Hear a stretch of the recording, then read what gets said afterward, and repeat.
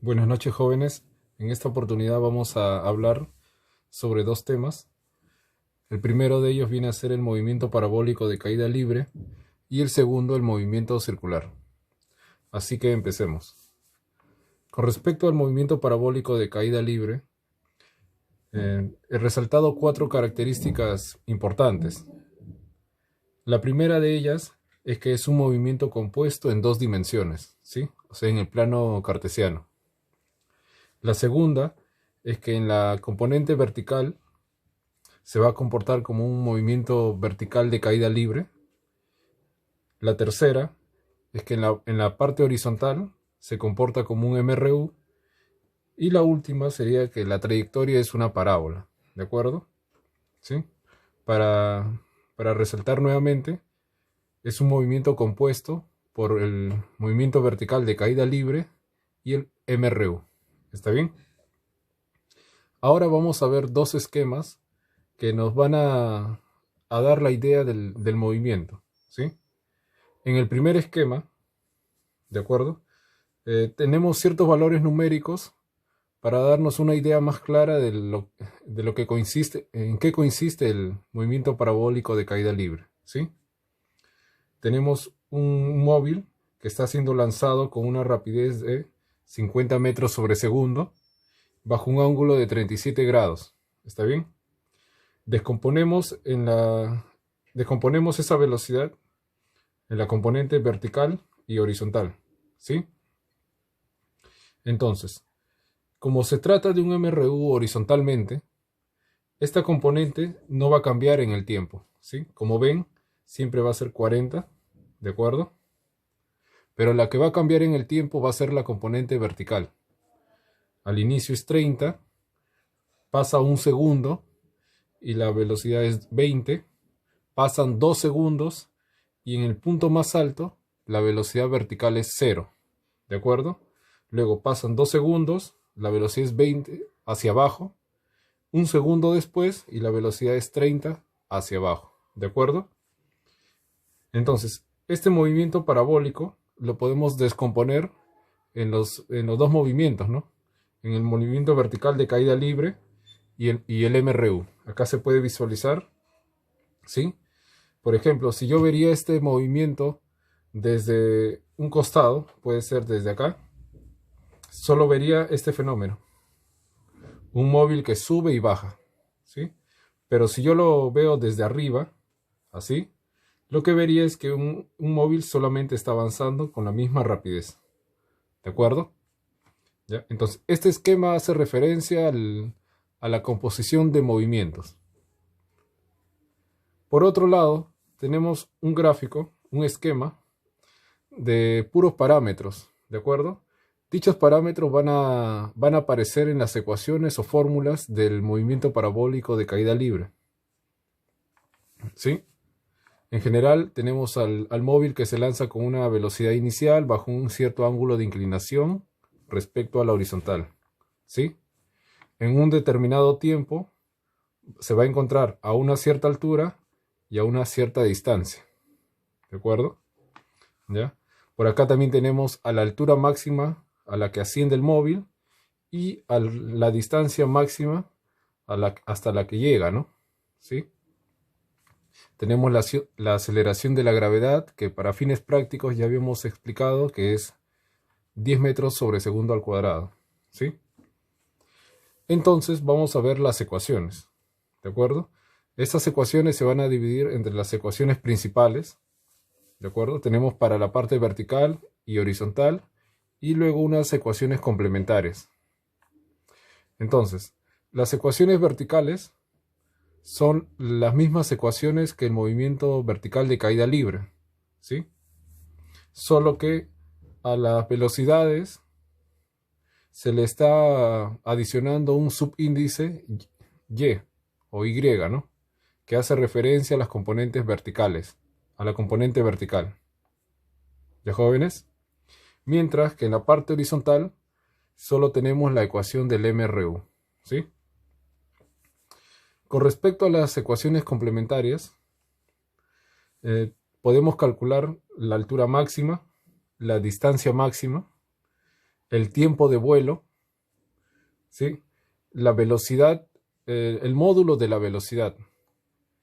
Tener en cuenta que la velocidad que aparece en esta expresión es la velocidad resultante, por así decir, que es la mezcla de la componente horizontal y de la componente vertical.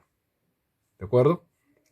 Más abajo tenemos dos relaciones que van a ser de ayuda para resolver ciertos tipos de problemas, ¿sí? Eso es todo lo referente al movimiento parabólico de caída libre, jóvenes.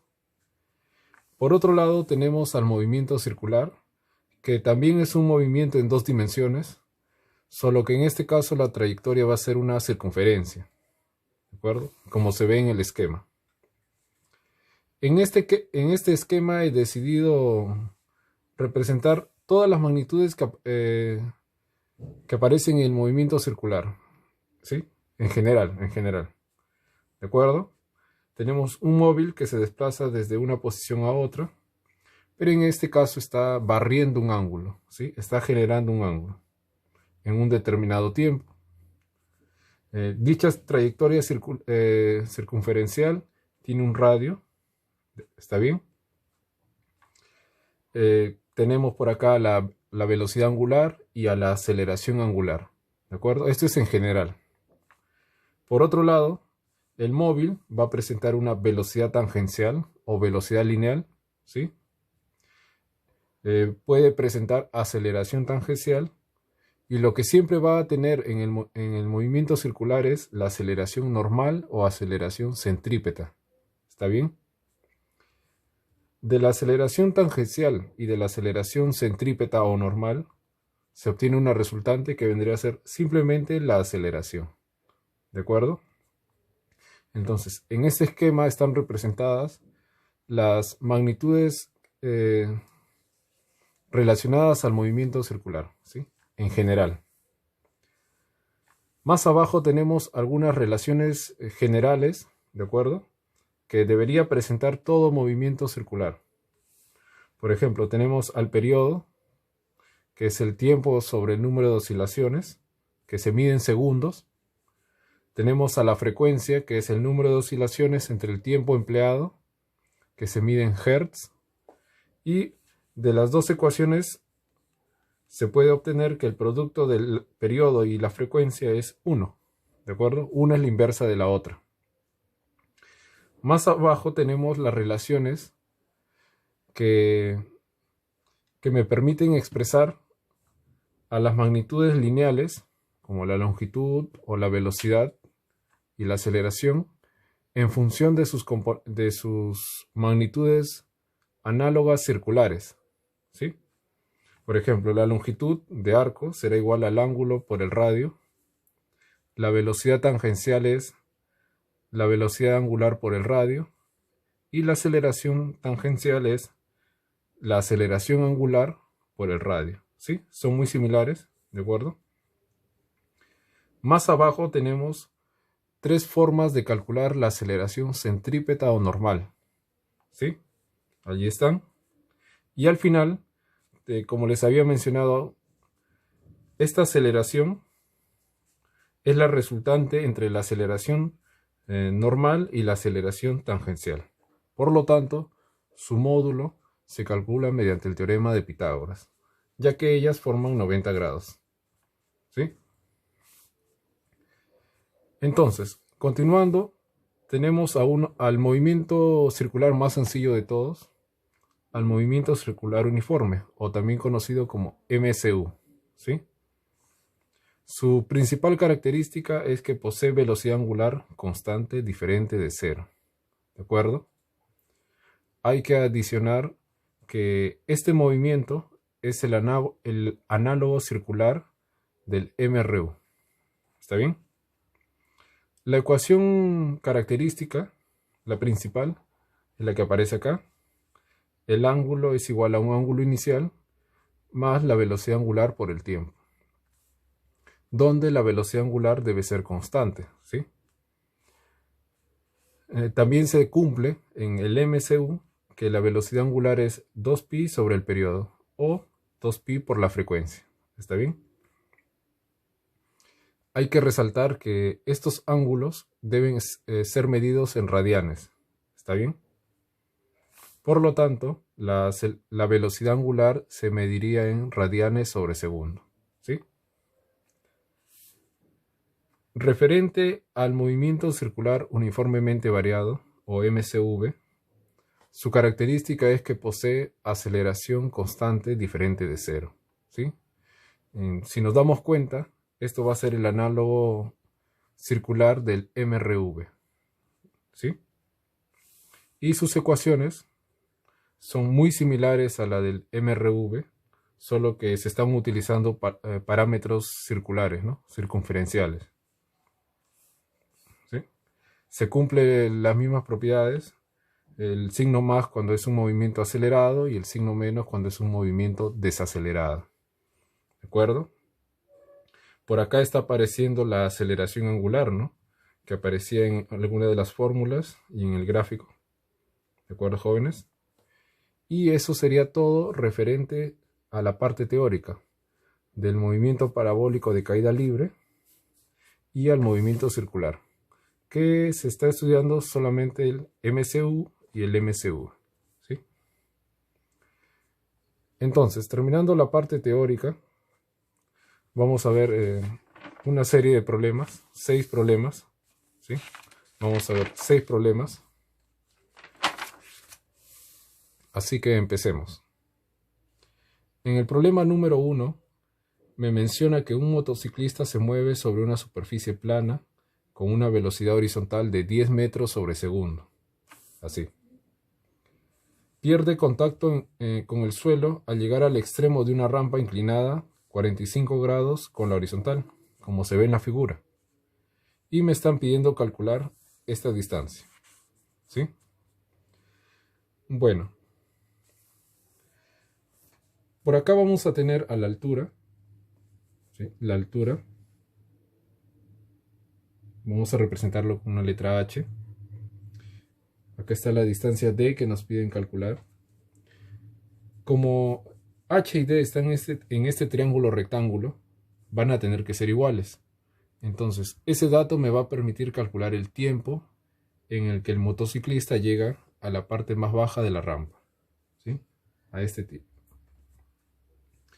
Ahora vamos a utilizar las fórmulas del movimiento parabólico de caída libre, empezando por la dirección horizontal. ¿De acuerdo? Entonces, escribamos horizontal.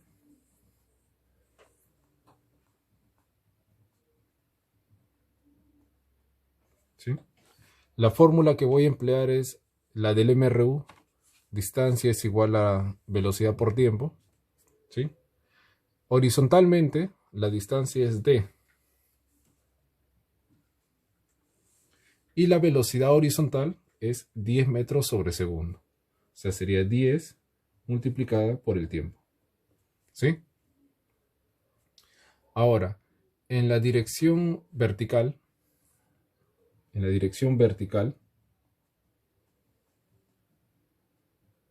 vamos a usar la primera de las fórmulas del movimiento vertical de caída libre, que vendría a ser esta de acá. ¿Sí? Vamos a usar esta fórmula, pero la velocidad inicial vertical va a ser 0.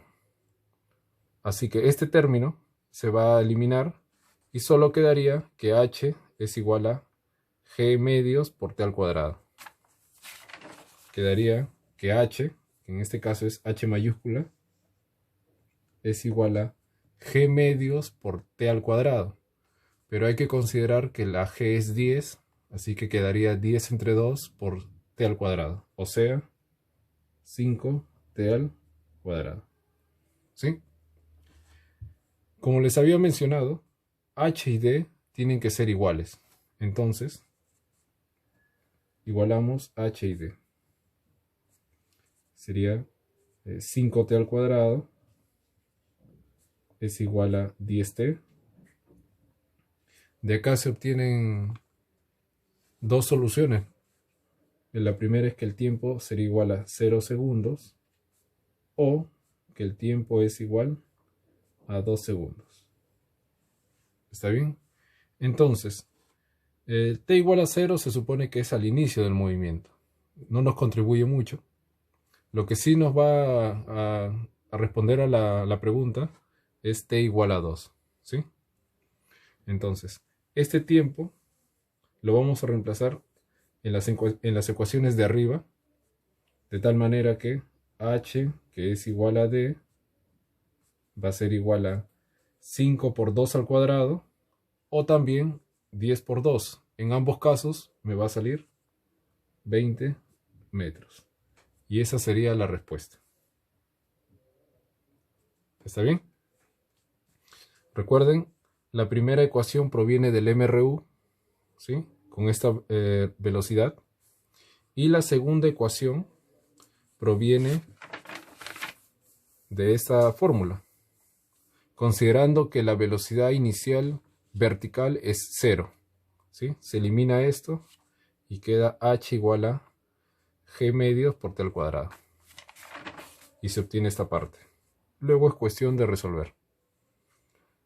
Ahora, continuemos con el problema número 2, donde me mencionan que un jugador de fútbol patea una pelota con rapidez de 36 kilómetros sobre hora, formando un ángulo de 37 grados sobre la horizontal. Y luego me mencionan que el tiempo que tarda en alcanzar la altura máxima es, o sea, tengo que dar la respuesta. Para eso, vamos a convertir esta velocidad que está en kilómetros sobre hora a metros sobre segundo. Empecemos por esa parte. V. Esta velocidad, por cierto, va a ser la velocidad de lanzamiento, la velocidad inicial. Es igual a 36 kilómetros sobre hora. Esto va a tener que ser multiplicado por 5 y dividido entre 18. De tal manera que voy a obtener 10. Pero al multiplicar por 5 y dividirlo entre 18, la velocidad va a estar en metros sobre segundo. ¿Sí? Ya convertí la velocidad a las unidades en el sistema internacional. Otro dato que tengo del problema es el ángulo de lanzamiento. El ángulo de lanzamiento es 37 grados. ¿Sí? Y lo que me están pidiendo calcular es el tiempo en el que llega a la altura máxima. Entonces, ese tiempo va a ser la mitad del tiempo de vuelo. Al tiempo en el que llega a la altura máxima, lo podemos denominar como el tiempo de subida. Así que el tiempo de subida va a ser igual a la mitad del tiempo de vuelo, ¿no? Y este tiempo de vuelo ya lo tenemos en una de las fórmulas adicionales o complementarias, estaría por acá. Este sería el tiempo de vuelo, lo vamos a reemplazar. Será igual a 2v sub 0 por el seno del ángulo de lanzamiento dividido entre 2g. Así que el tiempo de subida será igual a v sub 0 por el seno del ángulo de lanzamiento sobre g. Simplificando los dos. Ahora vamos a reemplazar los datos del problema, ¿no? Tiempo de subida será igual a velocidad de lanzamiento, es 10, sobre la aceleración de la gravedad para estos problemas es considerada como 10, por el seno del ángulo, por el seno del ángulo de lanzamiento, que es 37 grados. Entonces, esto quedaría igual al seno de 37. Y el seno de 37, aproximando esa razón trigonométrica, va a ser 3/5, que vendría a ser 0,6 segundos. ¿Está bien? Esta sería la respuesta. ¿Ya? Continuamos con el ejercicio 3, donde las figuras muestran la gráfica de las componentes v sub x y v sub y de la velocidad de un proyectil en función del tiempo, ¿sí?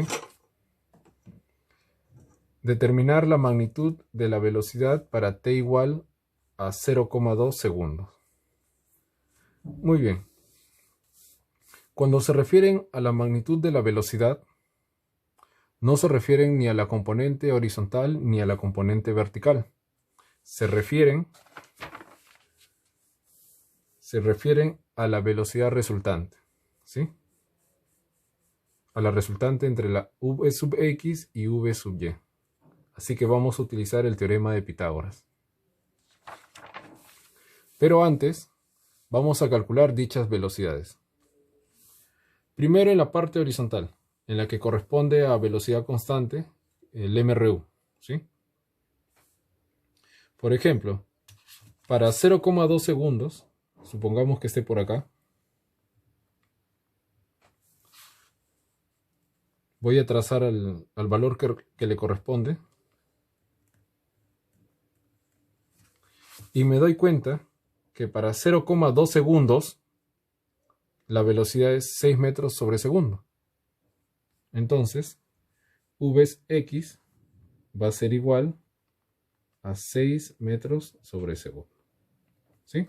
Y eso va a ser para cualquier instante de tiempo, porque es un MRU. El problema está en la parte vertical, ¿sí? Para eso vamos a usar relaciones de triángulos. Nuevamente, voy a suponer que por acá está dicho tiempo y voy a trazar a su correspondiente valor.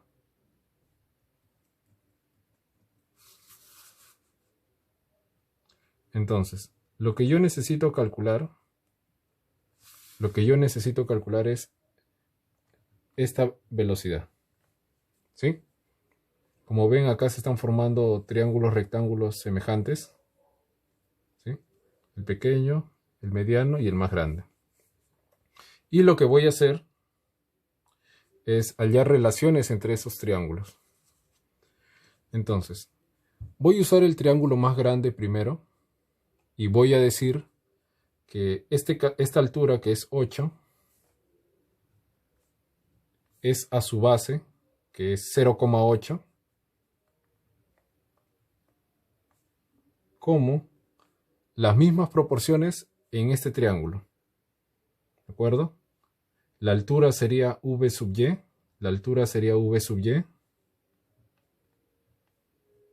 y la base sería 0,8 menos 0,2, o sea, 0,6. Entonces, v sub y va a ser igual a 8 por 0,6 es 4,8. Y 4,8 entre 0,8 es 6 metros sobre segundo. Finalmente, la velocidad que nos piden calcular es igual a la raíz cuadrada de la componente horizontal más la componente vertical. ¿Ya?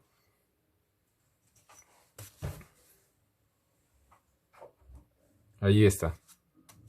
Entonces, v va a ser igual a la raíz cuadrada de 6 al cuadrado más 6 al cuadrado, obteniendo un valor de 6 raíz de 2 metros sobre segundo, ¿sí? Esa sería la respuesta. Hay que cerrar por acá. Ahí está. Muy bien. Continuemos ahora con el problema número 4. ¿Sí? Con el problema número 4, donde nos mencionan que un niño sobre un velocípedo se desplaza en trayectoria rectilínea con velocidad constante respecto al suelo. Si la rueda tiene un periodo, disculpen, acá había un error, cometí un error al escribir. Si la rueda delantera tiene un periodo de 1 segundo y el radio de la rueda delantera es 24 y de la trasera es 16, calcular el periodo de la rueda trasera. ¿Sí? Calcular el periodo de la rueda trasera. Entonces, este es un problema de movimiento circular. Y voy a emplear dos fórmulas. ¿Sí? A ver. Para darnos una idea de lo que es un velocípedo, es algo como esto. Lo voy a dibujar bien pequeño a un costado. Es como una bicicleta, pero con la cualidad que la llanta de atrás es más pequeña que la llanta delantera. ¿Sí? Y bueno, están unidas, ¿no? Ya, están unidas. Es similar a esto, ¿no? Por acá está el timón. ¿Sí? Algo así sería un velocípedo. ¿Sí? La llanta trasera es mucho más pequeña que la llanta delantera. ¿Sí? Esa es la idea. Ahora, el velocípedo se va a mover a velocidad constante. ¿Eso qué significa? Que cualquier parte del velocípedo va a tener la misma velocidad. ¿Ya? La velocidad lineal, ¿no? Pero, para que eso ocurra, las dos llantas deben girar de forma distinta. La llanta más pequeña va a girar más veces que la llanta más grande. ¿De acuerdo? O sea, van a tener distinta velocidad angular, pero igual velocidad tangencial. ¿Sí? Entonces, la fórmula el criterio, disculpen, de acuerdo al problema, me está imponiendo que la velocidad tangencial de la llanta trasera, lo voy a representar así, la velocidad tangencial de la llanta trasera va a tener que ser igual a la velocidad tangencial de la llanta delantera. ¿Sí? Voy a usar otras fórmulas, ¿de acuerdo? Las voy a poner abajo. La otra fórmula que voy a usar es que la velocidad tangencial es igual a la velocidad angular por el radio. Y que la velocidad angular es 2pi sobre el periodo. ¿Ya?